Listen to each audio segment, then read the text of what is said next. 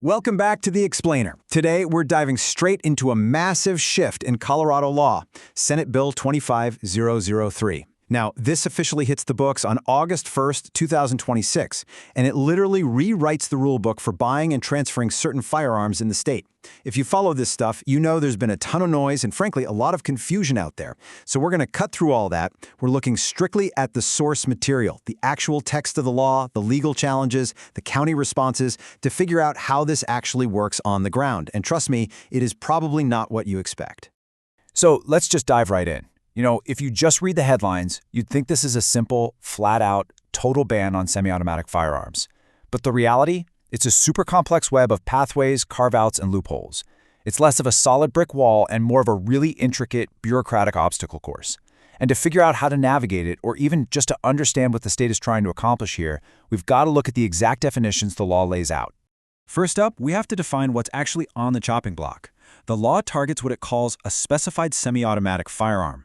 Basically, that means a semi-automatic rifle or shotgun that takes a detachable magazine, or a gas-operated semi-automatic handgun with a detachable magazine. Come August 1st, 2026, you can't just stroll into a shop and buy one of these. But here's where it gets really fascinating.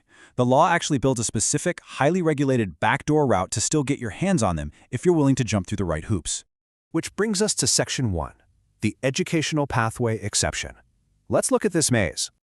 Just think about the actual journey a buyer has to take now. Step 1. Before you're even allowed to take a safety class, you have to pay a third-party vendor out of your own pocket to run a background check. Step 2. You take those results, grab your ID, march down to your local sheriff, pay some undefined processing fee, and apply for a firearms safety course eligibility card. Step 3. Once you finally get that card, you enroll in either a basic 4-hour or extended 12-hour in-person training course. And no, you can't just click through an internet class in your pajamas. Finally, Step 4. You have to pass a rigorous final exam to prove your proficiency. It's quite the process. But the real kicker here? It's the strictness of that final exam. Applicants have to score a minimum of 90% plus physically demonstrate their mastery of gun safety to the instructor. Now, to put that 90% threshold into perspective, lawsuits challenging this bill point out something really wild. The minimum score to pass the Colorado Peace Officer Standards and Training written exam, like the actual test for police cadets, is only 70%.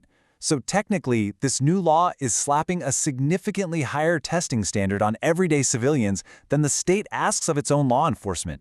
Moving right along to specific firearm exclusions. What actually gets a free pass from all this?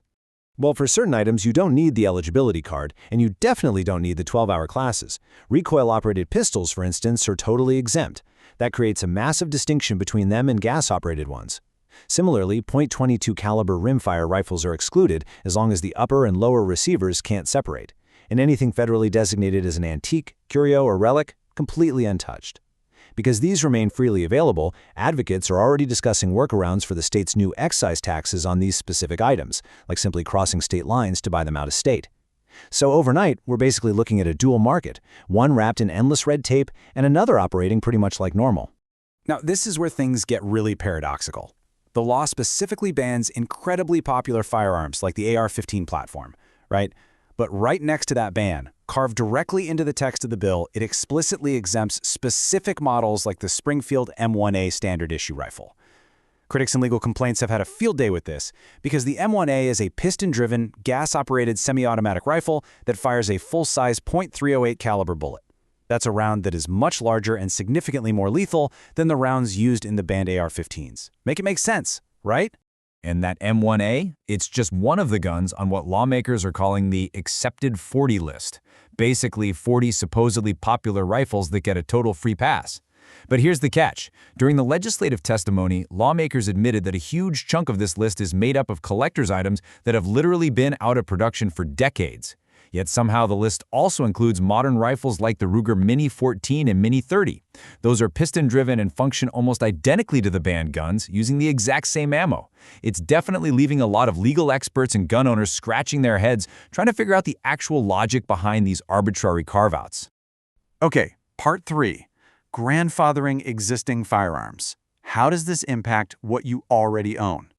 So, with all these future hurdles, if you already own firearms in Colorado, You're probably looking at your safe and wondering what this means for you.